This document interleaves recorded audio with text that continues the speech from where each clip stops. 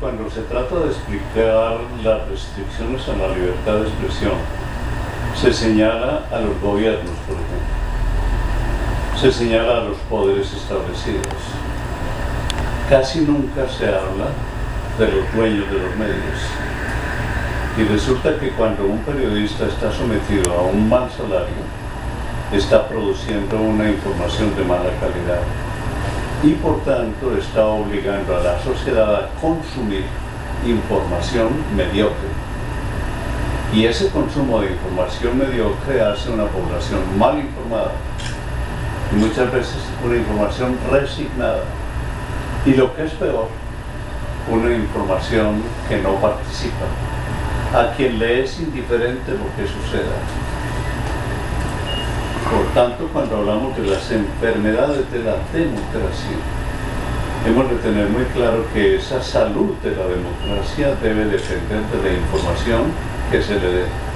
Si es una información de calidad, seguramente la democracia será fuerte. Si es una información que no tiene calidad, una mala información, siempre será una democracia débil. La mala información crea poblaciones manipulables. ¿Quién las manipula? Quienes manejan la información. Uno ve, por ejemplo, que llega por malos caminos a alguien al poder, al gobierno. La reacción instintiva de esta persona es una reacción defensiva. Por eso trata de controlar los medios de comunicación y de silenciar a los periodistas.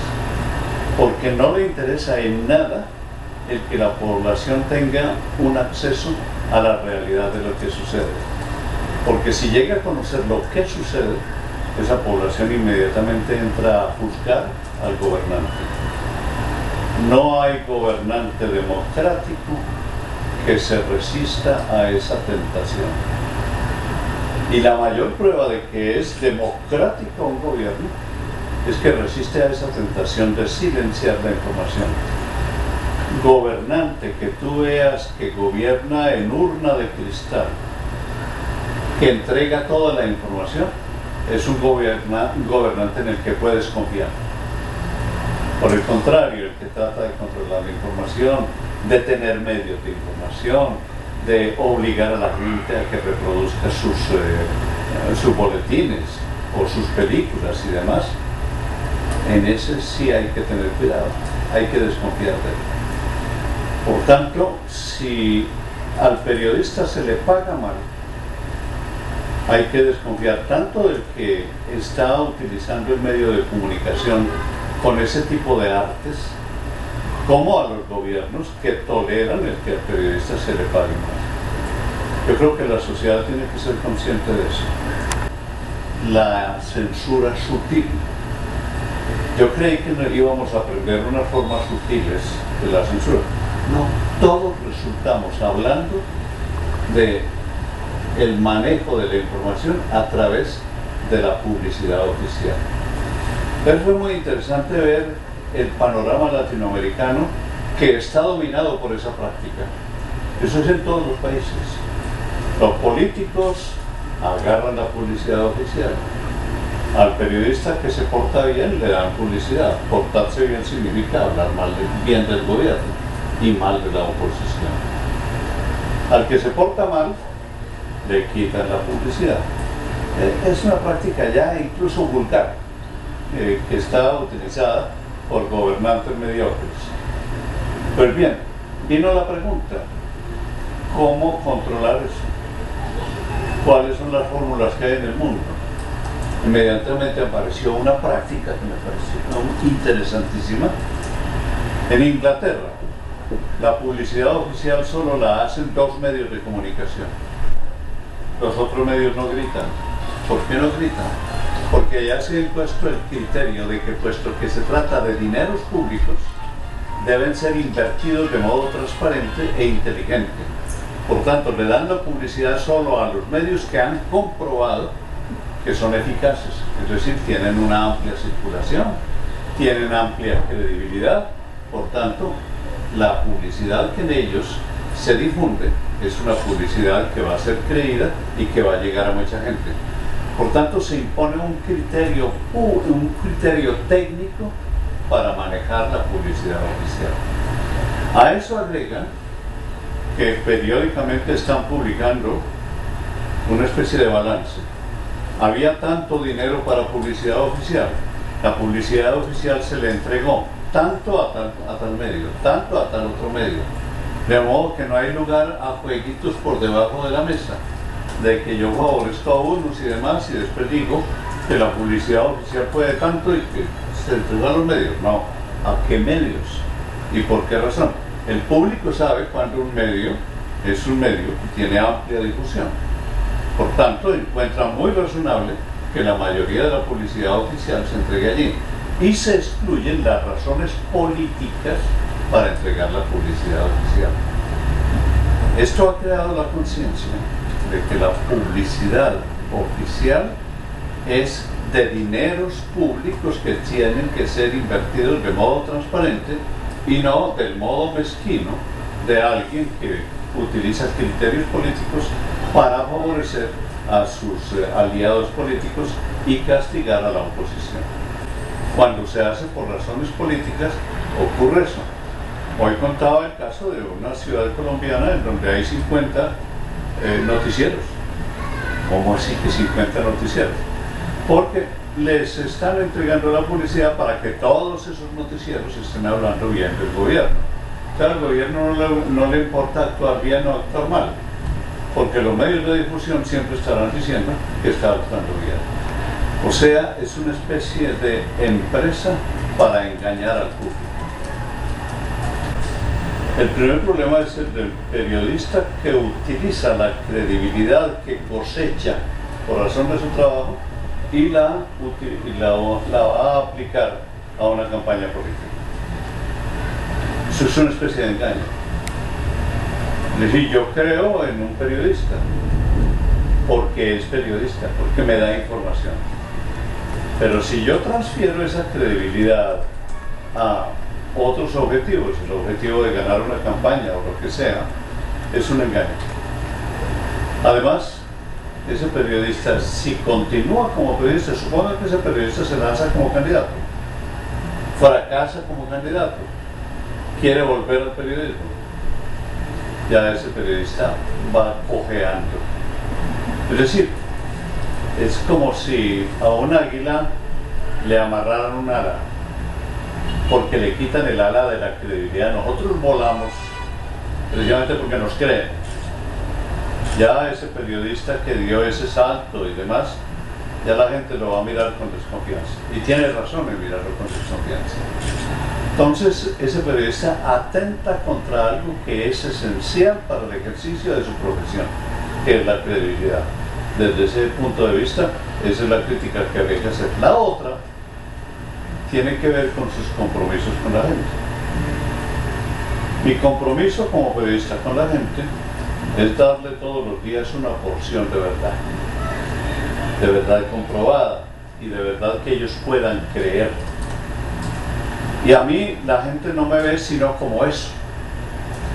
Cuando de repente me cambio yo de chaqueta y me pongo la chaqueta del político o del candidato a algo, para la gente eso tiene que resultar desconcertante. Y lo que piensa la gente es, aquí me están engañando, porque cuando alguien se tiene que poner disfraces es porque engaña sobre su identidad. Y es lo que sucede en esos casos. El otro problema de que tú hablas es el problema del periodista en una campaña política. ¿Tiene derecho ese periodista a tener su opción política? ¿O él tiene que renunciar a toda opción política? No. Yo tengo todo el derecho a tener mi opción política. A lo que no tengo derecho es a convertir esa opción política mía en parte de la información. Entonces allí tiene que intervenir un criterio muy profesional. Cuando hablo de lo profesional, es el resultado de una disciplina de autorregulación. Yo tengo que autorregularme en el sentido de que nunca incluiré nada que tenga con mi opción política en una información. La información es como si yo no tuviera opción política. Esa es la regla. Informar como si no tuviera opción política. Ya después, cuando sea el momento de manifestar mi opción política, que es cuando tengo que votar, yo tengo todo el derecho a votar por mi candidato. Pero no he confundido las cosas. Por tanto, la regla sería eso, así de sencillo. No confundir las cosas. Una cosa es mi opción personal, otra cosa es mi ejercicio periodístico. Allí se está exponiendo, primero, que no le crean ni como político ni como periodista. Eso es lo que puede llegar a suceder. Lo otro es que siempre estará en disputa dentro de su propia conciencia entre dos. Es una esquizofrenia. Por tanto, es alguien que siempre actuará como si estuviera disfrazado. Renunció a ser periodista y sin embargo sigue siendo. Sabe que no puede ser político y sin embargo se empeña en serlo. Entonces, en la célebre novela sobre Mr. Hyde, allí era uno durante el día y era otro durante la noche. Es el mismo problema, solo que Mr. Jekyll y Mr. Hyde lo hacían por una enfermedad. Aquí es por un malicioso manejo de las identidades. ¿A quién le cree más la gente? ¿A los boletines de propaganda o a los periódicos? Y un periódico se convierte en boletín de propaganda cuando toma partido. Entonces toda su información va a ser leída como un boletín de propaganda. Y ustedes saben que una de las actividades que uno tiene actualmente con los periódicos es limpiarlos de toda la basura propagandística. En mi país, yo los domingos particularmente, tomo la edición de cualquiera de mis periódicos y lo primero que hago es purificarlo de toda la basura de propaganda. Y es una cosa interesante, que si boletines, que si páginas, etc., se bota todo eso. Por fin se queda uno con una cosa delgadita, que es la verdadera información. Eso que yo hago, sé que lo hacen todas las personas y que está en la conciencia de las personas. Lo que ves tú, propaganda, la mitad es mentira, ya lo sabes. Periódico que se ha convertido en propaganda de un grupo político, el que sea, así sea el grupo político del Santo Padre, es un periódico que está mintiendo, porque la propaganda es por naturaleza mentirosa. Periódico que toma la decisión férrea de dar solo información comprobada, sin ninguna contaminación de propaganda, es un periódico que merece la credibilidad de la mejor parte de la opinión. ¿Cuál es la mejor parte de la opinión? La opinión informada, es decir, la opinión inteligente, porque esa es la que está pisando sobre piso sólido. Por consiguiente, es la que toma las decisiones más libres. Cuando tú me cuentas que los periódicos entonces optaron por ser de un lado o de otro, la conclusión es que se ha degradado profesionalmente el periodismo hondureño. ¿Por qué? Porque se convirtió en propaganda. Todos los periodistas lo sabemos. Cuando nos dicen que redactemos boletines propagandísticos, sentimos que nos ofenden. ¿Por qué? Porque se está degradando nuestro sentido profesional. Nosotros somos mucho más que un propagandista, porque miramos las cosas desde los dos ángulos. No estamos mirando solamente lo bueno, miramos también lo malo, y miramos y buscamos las propuestas que hay en esa situación. Es decir, buscamos siempre una información total, integral. Si la sociedad hondureña está aceptando eso, yo me lo pregunto como una hipótesis de trabajo. La sociedad hondureña está aceptando eso. Yo creo que en sana ley debe haberse reducido sustancialmente la circulación de los periódicos. Creo que en sana ley también ha descendido el rating de los programas, porque los programas no les están dando información, sino propaganda. Y habría que agregar esto: una población que informativamente se alimenta de propaganda es una sociedad manipulable. Y yo creo que la historia de Honduras no da para esa realidad triste de que la gente esté resignada a que le estén sirviendo diariamente propaganda, una vulgar propaganda de la realidad. Eso es tarea que no se le debe encomendar a los directores de periódicos, ni a las juntas de accionistas de los medios. Es tarea que le corresponde a cada periodista.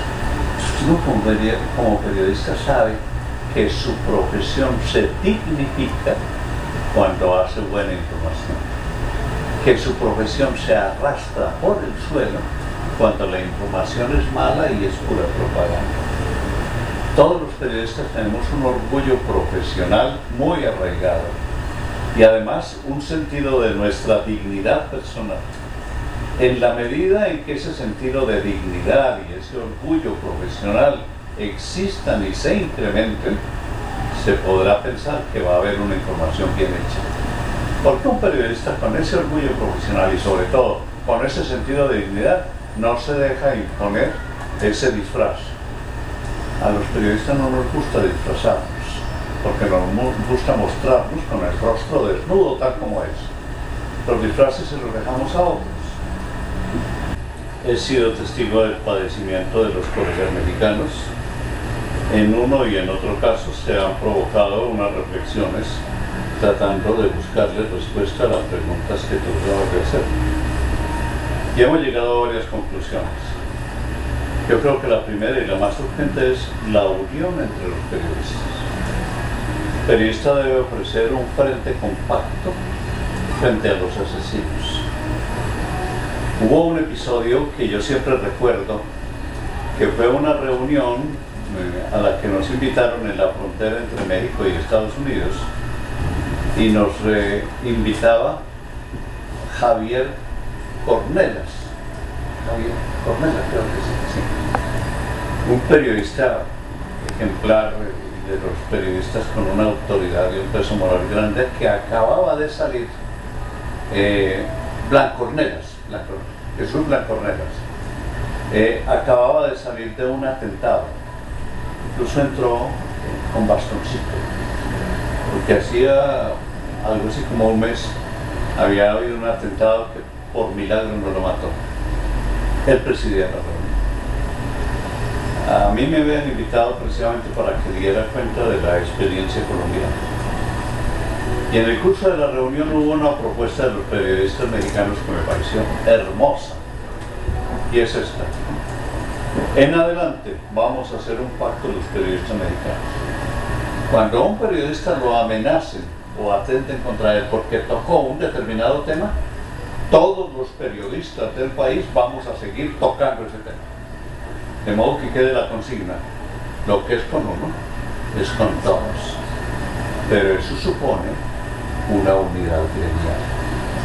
Periodistas aislados ofrecen un frente muy débil frente a los asesinos.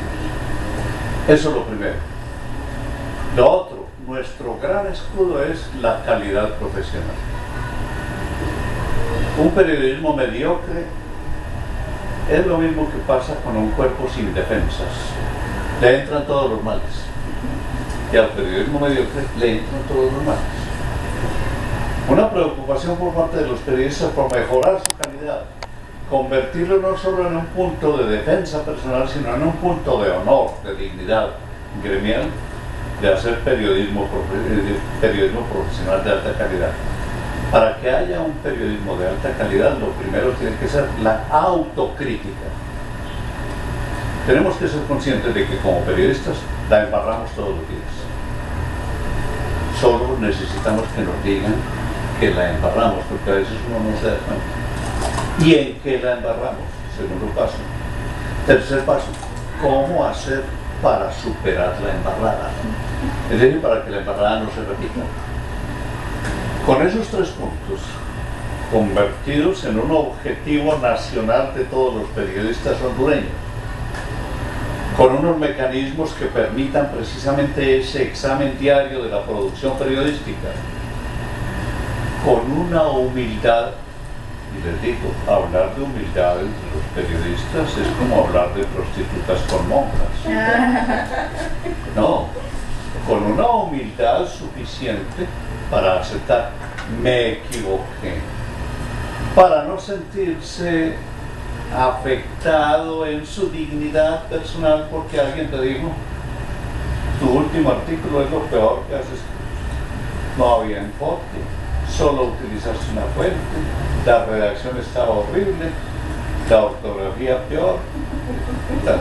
Bueno, que te lo digan. Y al mismo tiempo que te lo dicen, sería conveniente pensar cómo evitar eso en el futuro. Porque no es solo hacer caer en la cuenta del error, sino cómo hacer para que el error no se repita. Si eso llega a convertirse en una conciencia nacional de los periodistas, estén seguros de que el periodista es respetable, el periodismo se vuelve respetable y a todos los periodistas se les respetará. Yo he llegado a la convicción de que muchos asesinatos de periodistas en mi país se dieron o por imprudencia del periodista. ¿Y en qué consistió la imprudencia del periodista? Que se puso a decir públicamente algo que no estaba consignado.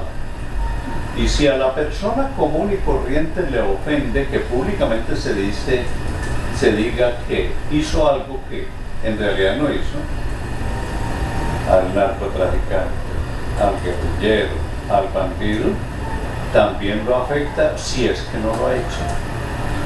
Y muchas de las afirmaciones que hacemos los periodistas sobre estos grupos son sin ninguna clase de sustento y buscando que nuestra información sea aplaudida por la gradería. ¡Qué valiente ese periodista que dijo eso! ¡Hey, muy valiente! Espérense a que le amenacen. Entonces, yo creo que una buena calidad periodística reduciría sustancialmente las amenazas, porque créanme, los bandidos también reclaman ética en los periodistas. Bueno, pues agradecemos esta cátedra de ética y de humildad periodística del maestro de generaciones, el periodista Javier Darío Restrepo, y esperamos pues contar en un futuro con más de su valiosa aportación en el ámbito periodístico. Sin duda, Miriam, ha sido una charla muy amena, muy constructiva, edificadora del espíritu. Y bueno, pues cerramos agradeciendo este espacio a Sala 33, quien nos ha cedido un breve tiempo este lugar, y no sin antes invitarlos a que siempre nos lean en conexión.info y en la página oficial de CELIBRE, celibreHonduras.com. Muchas gracias.